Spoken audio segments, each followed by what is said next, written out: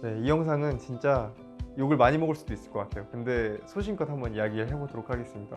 개인적으로 마케팅을 하시는 분들이나 사업을 하시는 분들이라면 반드시 알아야 되는 내용이라고 생각을 하기 때문에 제가 말씀을 드릴게요. 저는 지금은 클래스 101에서 일을 하고 있지만 이전에는 네이버 비즈니스판에서 기자로 일을 했었습니다. 네이버 비즈니스판에 베테랑 기자 선배들이 굉장히 많이 계셨어요. 매일경제, 헤럴드경제, 동아일보에서 최소 5년에서 10년 이상 근무하신 그런 기자분들이 많이 있으셨는데, 제가 컨텐츠 회의를 할 때마다 저랑 진짜 방향성이 다르다라는 생각을 한두 번 한 게 아닙니다. 굉장히 많이 했어요. 왜냐면 이 선배들은 뭐 어그로를 끌거나 아니면 조회수를 높이려고 키워드를 잡거나 이런 거에 대해서 거부감이 엄청 심하셨습니다. 회의 때마다 이 얘기를 했거든요. 이 네이버 비즈니스판이 블로그를 기반으로 운영되고 이 블로그 지수가 거의 최상위권이기 때문에 우리가 제목에 너무 억지스럽지 않게 자연스럽게 키워드를 한두 개씩만 넣어두면 진짜 조회수를 올리기가 너무나 좋을 것이다 라고 얘기를 했어요. 저는 이제 기자 생활을 하기 전에 원래 마케팅을 했었기 때문에 이런 얘기를 했던 거죠. 근데 선배들이 이런 얘기를 할 때마다 표정이 다 안 좋았어요. 그리고 저한테, 제가 이제 네이버 비즈니스판 자체를 편성을 하는 일을 해왔었기 때문에 돌아가면서 선배들이 제가 편성을 할 때마다 와 진짜 얘는 어그로꾼이네 이런 식으로 진담 반 농담 반으로 얘기를 하기도 하셨습니다. 그러니까 이 어그로 끄는 거에 대해서, 그리고 키워드를 잡는 거에 대해서 저한테 직접적으로 막 뭐라고 하진 않으셨지만 부정적으로 생각하는 게 저한테 개인적으로 잘 느껴졌어요.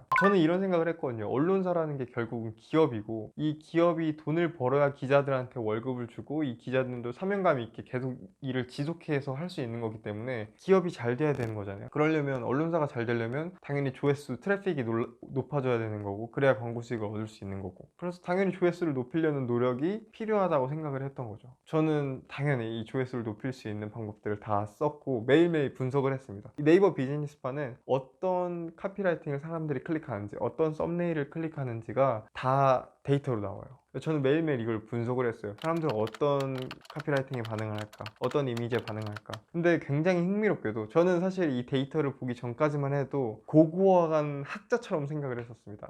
사람들이 좋은 컨텐츠를 쓰면 다 보지 않을까? 그래도 인간인데, 인간이 얼마나 다 요즘 똑똑하고 다 고학력자들이 얼마나 많고 한데 좋은 컨텐츠를 쓰고 다 어그로꾼들이니까 정직한 제목을 쓰면 사람들이 읽지 않을까 하고, 지금 생각하면 정말 한심하고 아무것도 모르는 생각을 했었어요. 근데 그렇게 하니까 첫 주에 바로 조회수가 바닥이 나더라고요. 그 다음 편성부터는 데이터에 의거해서 저는 이제 학습력이 빠르니까 어그로를 끌고 썸네일도 더 자극적으로 얘기하고 설정을 했죠. 그랬더니 한 몇 주 지나지 않아서 네이버 비즈니스 전체에서 조회수랑 인터랙션, 공감이나 댓글 이런 반응들을 제일 높게 받는 컨텐츠가 다 제 컨텐츠가 됐습니다. 그리고 제 편성 때 조회수가 당연히 제일 높았고요. 그러니까 저는 이 선배들이 이제 못했다는 건 아니지만 선배들보다 제가 잘할 수 있었던 이유는 딱 하나라고 생각해요. 왜냐면 선배들은 진짜 똑똑하신 분들이잖아요. 다들 예전으로 치면 언론고시를 통과하신 분들이고 좋은 대학을 나오신 분들이기 때문에 대부분이 논리적이고 이성적이세요. 근데 사람들이 클릭하는 컨텐츠는 논리적이고 이성적인 컨텐츠가 아니라 본능적이고 무의식적인 컨텐츠를 누릅니다. 저는 이제 그걸 파악했던 거고, 선배들보다 더 본능이랑 무의식적인 영역에 대해서 좀 더 이 대중들과 가까운 쪽에 서 있었던 것 같아요. 그러니까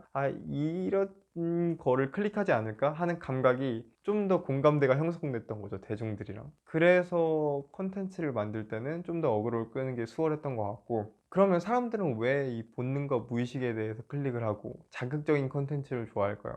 실제로 그럴까? 제가 이제 너무 네이버 비즈니스판의 데이터들을 토대로 일반화시키는 게 아니냐, 거기는 비즈니스판이고 다른 또 영역에선 다를 수 있지 않냐, 이런 생각을 하실 수도 있을 것 같은데, 제가 여기에 대해서 또 상징적인 연구 결과는 아니지만 사례를 들려드릴게요. 1989년에 국내에서 어떤 한 잡지사가 여성들을 대상으로 1000명을 대상으로 설문조사를 했습니다. 기존에 나와 있는 여성 잡지들의 단점이 무엇이냐, 제일 꼴보기 싫은 게 뭐냐, 그리고 만약에 어떤 컨텐츠들을 잡지에 담아 놓으면 볼 의향이 있냐, 두 가지 정도의 질문을 던졌어요. 근데 거기에 대한 답변이 정리하자면 이거였습니다. 잡지에 뭐 섹스, 루머, 스캔들 이런 쓸데없는 내용들이 너무 많다. 외설적이다. 우리는 뭐 육아나 인테리어 이런 양질의 정보들이 많은 잡지가 있었으면 좋겠다. 그러면 나는 구독할 의향이 있다. 이런 식으로 답변을 거의 다 나온 거죠. 한 90% 이상이. 그래서 이 잡지사가 국내 최초로 여성 건전 잡지 마리안느를 창간합니다. 그리고 이 잡지는 어떻게 됐을까요? 굉장히 잘 됐을 것 같지만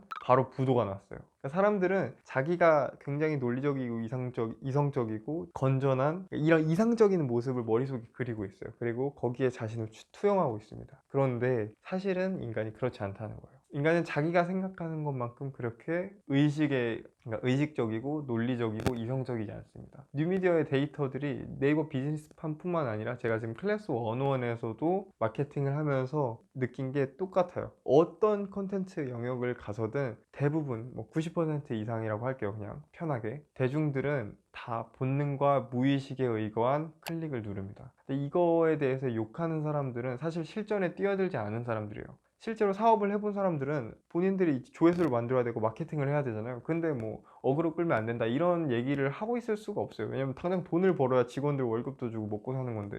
그래서 대부분 이런 얘기를 하는 사람들은 똑똑한 직장인들일 확률이 훨씬 더 높다. 어설프게 일을 하고 있고 성과를 내지 못할 확률이 높다라고 저는 거의 확신합니다. 왜냐면 이 무의식이랑 본능에 대해서 인식을 못 하시는 분들은 성과를 내기가 굉장히 어렵습니다. 물론 뭐 기업 B2B나 이런 영역은 또 얘기가 다르겠지만 일반적으로 저는 B2C 컨텐츠 쪽의 업계 국한을 해서 얘기를 하는 거예요. 그리고 지금 이제 제가 클래스 101에 있으니까 여기에 대한 얘기를 좀 더 드리면 기존에는 온라인 취미 클래스로 시작을 했어요. 근데 지금은 돈 버는 방법, 비즈니스 영역 쪽도 사업을 확장을 해서 그런 분야의 온라인 강의들도 판매를 하고 있습니다. 좀 꽤 됐죠. 돈과 관련된 강의들을 런칭하면서 클래스 101이 굉장히 욕을 많이 먹었어요. 클래스 101은 드디어 이제 돈 맛을 봤구나. 그리고 이제 컨텐츠 마케팅 소재들도 막 하루에 2시간 일하고 월 1,000만 원 버는 방법, 2달만 투자하면 월 1,000만 원 달성할 수 있다, 뭐 이런 식으로 자극적인 멘트들을 적어 놓으니까 사람들이 야씨 하루에 2시간 일하고 1,000만 원 벌 수 있으면 너 혼자 벌겠지 왜 강의를 해? 너 강의로 돈 버는 거 아니야? 이런 식으로 이제 비난을 하기 시작했던 거죠. 근데 저는 한 번 더 사고를 돌려보라는 거예요. 저는 이제 그분들의 얘기가 틀렸다는 게 아니에요. 한 번 더 생각을 해보면 이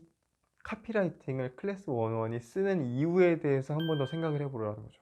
이런 카피라이팅 자극적인 걸 써 라고 욕을 하면 사실 우리는 얻는 게 없어요. 그냥 부정적인 감정만 남을 뿐이죠. 근데 이 카피라이팅을 클래스 101이 왜 쓰는지에 대해서 한 번만 더 생각을 하면 좋은 인사이트를 얻을 수 있습니다. 클래스 101이 사람들한테 부정적인 영향을 줄 수 있는 컨텐츠를 의도적으로 만들까요? 이 컨텐츠를 보고 사람들이 클릭을 해서 강의를 구매를 해야 되는데 당연히 그렇지 않겠죠. 클래스 101은 여러 가지 소재들, 마케팅 소재들, 그 컨텐츠들을 광고를 돌립니다. 광고를 돌려서 성과가 좋은 컨텐츠들을 남기고 성과가 안 좋은 컨텐츠들은 당연히 삭제해요. 안 해요.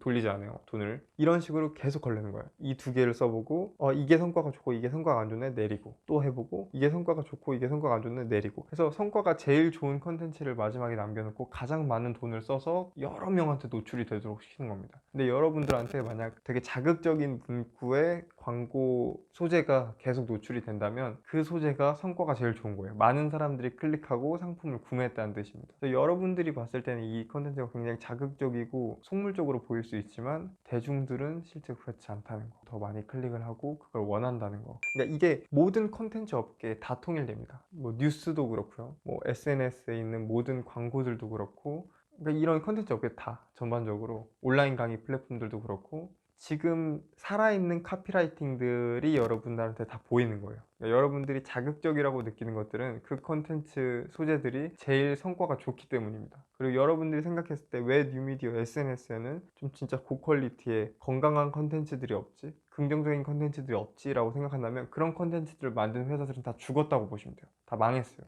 네, 이거를 아시는 분들이라면 앞으로는 어떤 컨텐츠로 마케팅을 해야 될지 어떤 관점에서 실전에 뛰어들어야 될지 생각을 한 번 더 해보시고 들어갈 수 있을 거라고 생각을 합니다. 그리고 마지막으로 한 가지 팁을 드리자면 여러분들이 좋은 컨텐츠 진짜 양질의 지식과 정보를 얻고 싶다면 저는 책을 읽을 거를 추천드려요. 이 뉴미디어 세계라는 건 제가 방금 말씀드렸다시피 어그로의 세상입니다. 그래서 어그로를 뒤덮여 있기 때문에 좋은 정보와 양질의 지식을 얻기가 굉장히 힘들어요.